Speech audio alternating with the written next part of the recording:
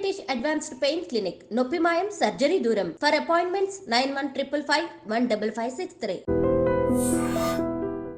Welcome to iDream media. So జనరల్గా alcohol అసలు మంచిది కాదని చెప్తూ ఉంటారు. అయితే జనరల్గా ఈ అలవాటు ఉన్న వాళ్ళు ఆల్కహాల్తో పాటు కొన్ని రకాల స్నాక్స్ అనేవి తీసుకుంటూ ఉంటారు. సో దీనివల్ల చాలా నష్టాలే జరుగుతాయంట. వివరాలు తెలుసుకుందాం. ఈరోజు మనతో పాటు ఉన్నారు డాక్టర్ లహరి గారు. మేడం నమస్తే. నమస్తే అండి. మ్యామ్, జనరల్గా ఈ ఆల్కహాల్ మంచిది కాదు అని మీ డాక్టర్ అందరూ చెప్తూ ఉంటారు. సో ఆల్కహాల్తో పాటు చాలా రకాలుగా తీసుకుంటూ ఉన్నారు. రకరకాల స్నాక్స్ తీసుకోవడం వల్ల కూడా ఆ ఎఫెక్ట్ ఈ ఆల్కహాల్తో కలిసి ఉంటుంది బాడీలో అంటున్నారు. ఏం చెప్తారు మేడం?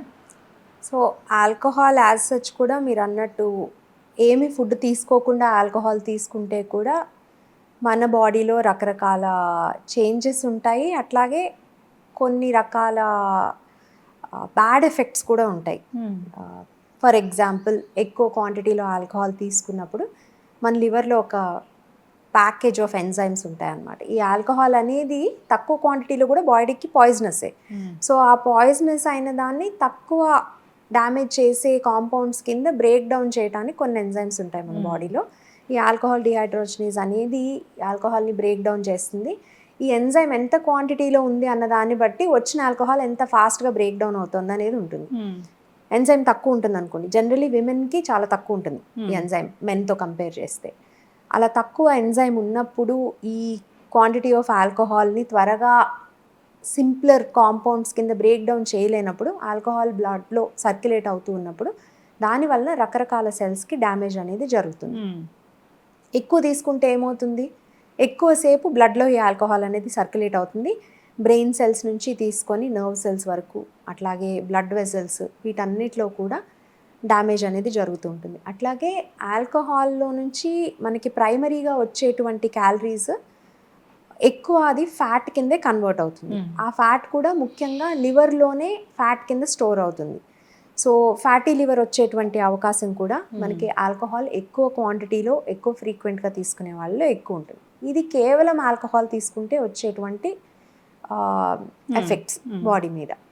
దీంతో పాటు ఆల్కహాల్తో పాటు స్నాక్ కింద మీరు అన్నట్టు రకరకాల ఫుడ్స్ తీసుకుంటూ ఉంటారు. Most of the times fat ఎక్కువగా ఉన్నటువంటివి, నాన్ వెజిటేరియన్ కానివ్వండి, ఫ్యాట్ ఎక్కువగా ఉన్నటువంటి ఫుడ్ కానివ్వండి, అలాంటివి ఎక్కువ తీసుకుంటారు. సో మనకి ఫ్యాట్ ఎక్కువ ఉన్నప్పుడు ఏమవుతుందంటే మన బాడీలోకి వెళ్ళినటువంటి న్యూట్రియంట్స్లో ఆల్కహాల్ని, ఫ్యాట్ని రెండింటినీ కూడా లివరే ప్రాసెస్ చేయాలి.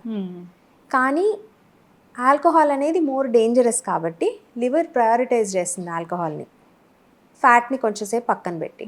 దానివల్ల కూడా ఆ ఎక్సెస్ ఫ్యాట్ ఎక్కువ లివర్ ఏరియాలో ఉండటం మూలాన ఫ్యాటీ లివర్ వచ్చేటువంటి అవకాశం ఇంకొంచెం పెరుగుతుంది. అట్లాగే ఈ ఫ్యాట్స్ ఆర్ ట్రైగ్లిసరైడ్ రూపంలో కానీ ఆర్ డైటరీ ఫ్యాట్ రూపంలో కానీ బ్లడ్లో సర్క్యులేట్ అవ్వటం మూలాన మనకి ఈ ఫ్యాట్స్ కానీ or dietary cholesterol, non veg తీసుకున్నప్పుడు ఏంటంటే దాంట్లో కొంత కొలెస్ట్రాల్ కూడా ఉంటుంది. సో ఈ కొలెస్ట్రాల్ కానీ బ్లడ్లో సర్క్యులేట్ అవ్వటం మూలాన కూడా అడిషనల్ డ్యామేజ్ అనేది జరుగుతుంది. నాన్ వెజ్ తీసుకున్నప్పుడు ఆర్ హై ఫ్యాటీ ఫుడ్స్ తీసుకున్నప్పుడు ఆల్కహాల్ని మన లివర్ ప్రాసెస్ చేసేటువంటి స్పీడ్ కూడా తగ్గుతుంది. ఎందుకంటే రెండు కష్టమైన పనులు ఇచ్చినప్పుడు ఏది ఎఫిషియెంట్గా జరగదు ఇమీడియట్గా. సో దానివల్ల ఓవర్లోడ్ అయ్యే ఛాన్స్ ఉంటుంది, లివర్ డ్యామేజ్ అయ్యేటువంటి ఛాన్స్ ఉంటుంది.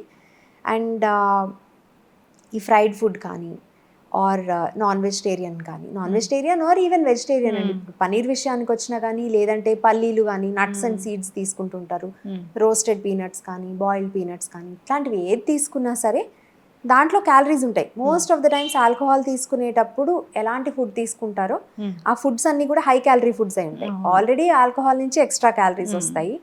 ఈ high fat high calorie foods నుంచి కూడా అడిషనల్ క్యాలరీస్ వస్తాయి. దీని వలన కూడా బాడీ వెయిట్ పెరిగేటువంటి అవకాశం ఉంటుంది. దాంట్లో పర్టిక్యులర్లీ ఫ్యాట్ పెరిగేటువంటి అవకాశం చాలా ఎక్కువగా ఉంటుంది. వీటితో పాటు చాలాసార్లు ఆల్కహాల్తో తీసుకునే ఫుడ్స్ అన్నీ కూడా సాల్ట్ కంటెంట్ ఎక్కువ ఉన్నటువంటి ఫుడ్స్ అయి ఉంటాయి. సో ఈ సాల్ట్ ఎక్కువ ఉండటం మూలాన వాళ్ళకి థర్స్ట్ అంటే దాహం అనేది కూడా ఎక్కువ అవుతుంది. దీంతో జనరలీ ఆల్కహాల్ తీసుకునేటప్పుడు దాహం వేస్తే people don't stop this and drink water. ఇది ఆపేసి నీళ్లు తాగుదామని కాదు, ఇది ఎలాగా లిక్విడ్ కాబట్టి ఇంకొంచెం ఎక్స్ట్రా ఆల్కహాల్ తీసుకోవడం అనేది ఇన్వేరియబుల్లీ అది కూడా జరుగుతుంది. ఈ కాంపెన్సేషన్ అనమాట. Drink salty snack, drink salty snack, ఇది ఆల్టర్నేట్ అవుతూ ఉంటుంది. దీని వలన కూడా ఎక్స్ట్రా డ్యామేజ్ అనుకున్న దానికంటే లేదా అవసరమైన దానికంటే, అంటే మినిమం అవసరం అంటూ ఏముండదు, బట్ ప్లాన్ చేసుకున్న దానికంటే ఎక్కువ ఆల్కహాల్ తీసుకోవడం కూడా జరుగుతుంది. అడిషనలీ ఆల్కహాల్ అనేది డయూరిటిక్ అన్నమాట, అంటే మన బాడీలో ఉన్నటువంటి వాటర్ని బయటకు పంపించేస్తుంది. సో ఆల్కహాల్ తాగినప్పుడు చాలామంది ఇది ప్రాబబ్లీ చూస్తూ ఉంటారు, ఎక్కువ సార్లు ఫ్రీక్వెంట్ యూరినేషన్ అనేది ఉంటుంది. సో ఈ రకంగా బాడీలోంచి వాటర్ కూడా బయటకు వెళ్ళిపోతూ ఉంటుంది, దానివల్ల డీహైడ్రేషన్ వచ్చేటువంటి ఛాన్స్ ఉంటుంది.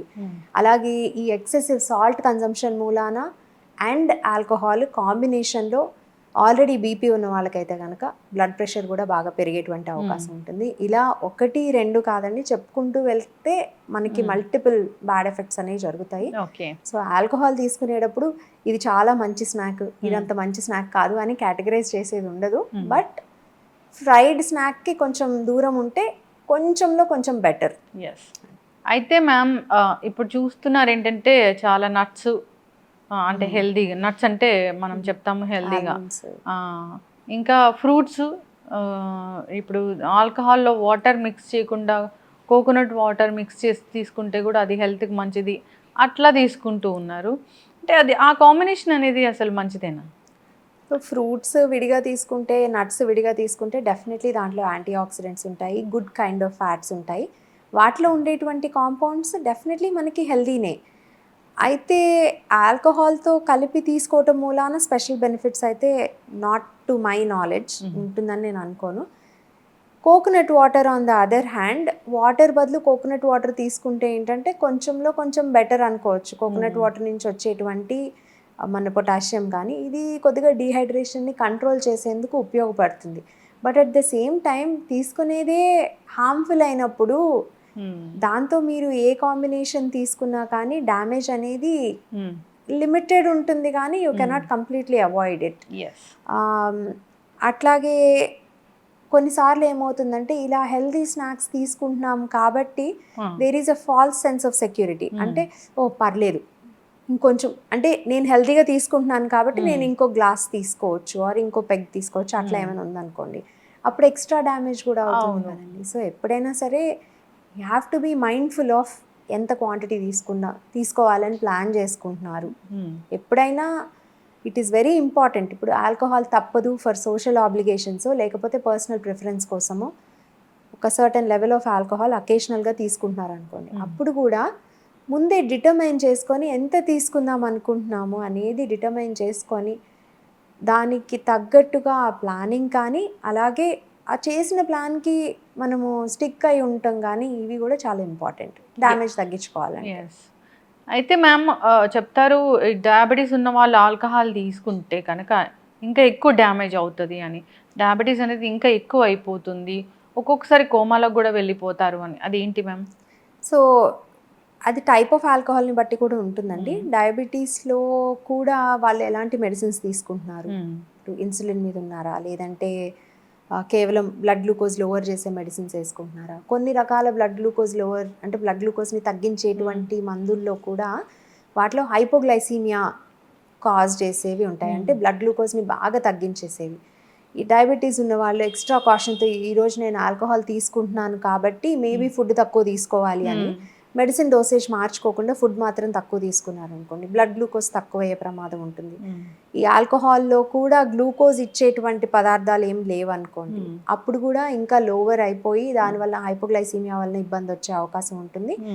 అలాగే ఎక్కువ క్వాంటిటీలో ఆల్కహాల్ తీసుకున్నప్పుడు యాజ్ సచ్ మన నర్వస్ సిస్టమ్ మీద ఎఫెక్ట్ ఉంటుంది, సో దాని వలన కోమాలోకి వెళ్ళేటువంటి అవకాశం ఉంటుంది. అట్లాగే ఎక్సెసివ్ ఫ్యాట్ కింద కన్వర్ట్ అయినప్పుడు ఆ కీటోన్ బాడీస్ అనేవి రిలీజ్ అవ్వడం జరుగుతుంది ఎనర్జీ కోసం. బ్లడ్ గ్లూకోజ్ లో అయినప్పుడు మన బాడీ కీటోన్ బాడీస్ అనే ఒక పర్టికులర్ కాంపౌండ్ నుంచి ఎనర్జీని యూజ్ చేసుకుంటుంది. సో ఆ కీటోన్ బాడీస్ కంటెంట్ బాగా పెరిగిపోయినప్పుడు, డయాబెటీస్ ఉన్నప్పుడు మెడిసిన్ లేకుండా ఇన్సులిన్ లేకుండా ఎటువంటి సపోర్ట్ లేకుండా బ్లడ్ గ్లూకోజ్ని రెగ్యులేట్ చేసుకోలేని పరిస్థితిలో ఉన్నప్పుడు ఈ కీటోన్ బాడీస్ కూడా బాగా ఎక్కువైనప్పుడు డయాబెటిక్ కీటోఎసిడోసిస్ అనే కండిషన్ వచ్చి కోమాలోకి వెళ్ళే అవకాశం ఉంటుంది. సో మామూలుగా ఉన్నప్పుడే మనము ఆల్కహాల్ విషయంలో చాలా జాగ్రత్తగా ఉండాలి. అందులోనూ డయాబెటీస్లో కూడా రెగ్యులర్గా డయాబెటీస్ కంట్రోల్లో లేని వాళ్ళైతే ఎక్స్ట్రా కేర్ఫుల్గా ఉండకపోతే అది చాలా పెద్ద ప్రమాదానికి దారితీసే అవకాశం ఉంటుంది. ఎస్.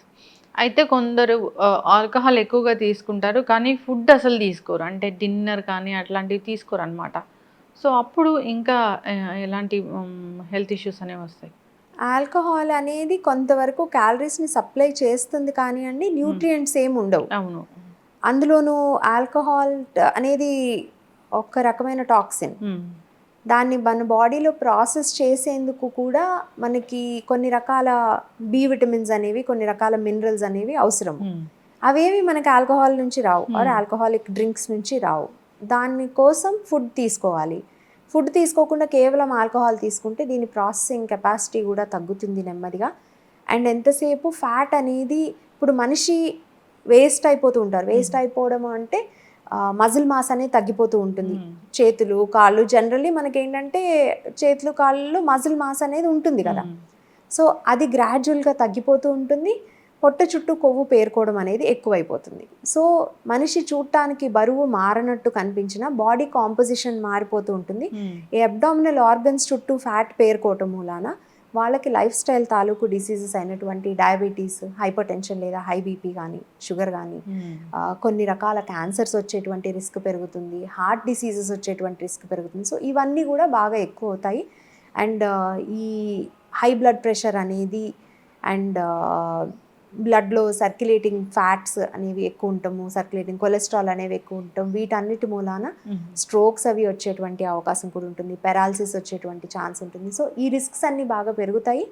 వీటితో పాటు న్యూట్రిషనల్ డెఫిషియన్సీస్ కూడా ఉంటాయి. సో దానివల్ల నర్వస్ డ్యామేజ్ అవ్వటం కానీ, కొంచెం ఎక్స్ట్రిమిటీస్లో ఫింగర్స్ టోస్లో ఆ సెన్స్ అనేది పోవడం కానీ, అండ్ డిసోరియంటేషన్, పూర్తిగా కాన్షియస్లో లేకపోవడం, ఇట్లా రకరకాల ఎఫెక్ట్స్ అనేవి ఎంత కాలం పాటు ఇలా కొనసాగిస్తున్నారు అన్న దాన్ని బట్టి ఏ లెవెల్ ఆఫ్ డ్యామేజ్ జరుగుతుంది అండ్ అసలు ఆ డ్యామేజ్ రివర్సిబులా కాదా అనేది డిపెండ్ అయి ఉంటుంది. ఎస్, ఖచ్చితంగా మ్యామ్, చాలా చక్కగా చెప్పారు. ఇంకా చాలా క్వశ్చన్స్ ఉన్నాయి దీనికోసము. మనం ఇది నెక్స్ట్ ఎక్స్చేంజ్ చేద్దాము టాపిక్స్ అనేవి. లైక్ కొన్ని ఆల్కహాల్ తీసుకుంటే మంచిది, కార్డియాక్ ఇష్యూస్ రావు అలాంటివి, కొన్ని తీసుకుంటే మంచిది, కిడ్నీలో స్టోన్స్ అనేవి కరిగిపోతాయి, ఇలాంటివి చాలా డౌట్సే ఉన్నాయి. వాటి గురించి కూడా కంటిన్యూ చేద్దాం, ఈ సిరీస్ లాగా చేద్దాము. చక్కటి ఇన్ఫర్మేషన్ మ్యామ్, ధన్యవాదాలు.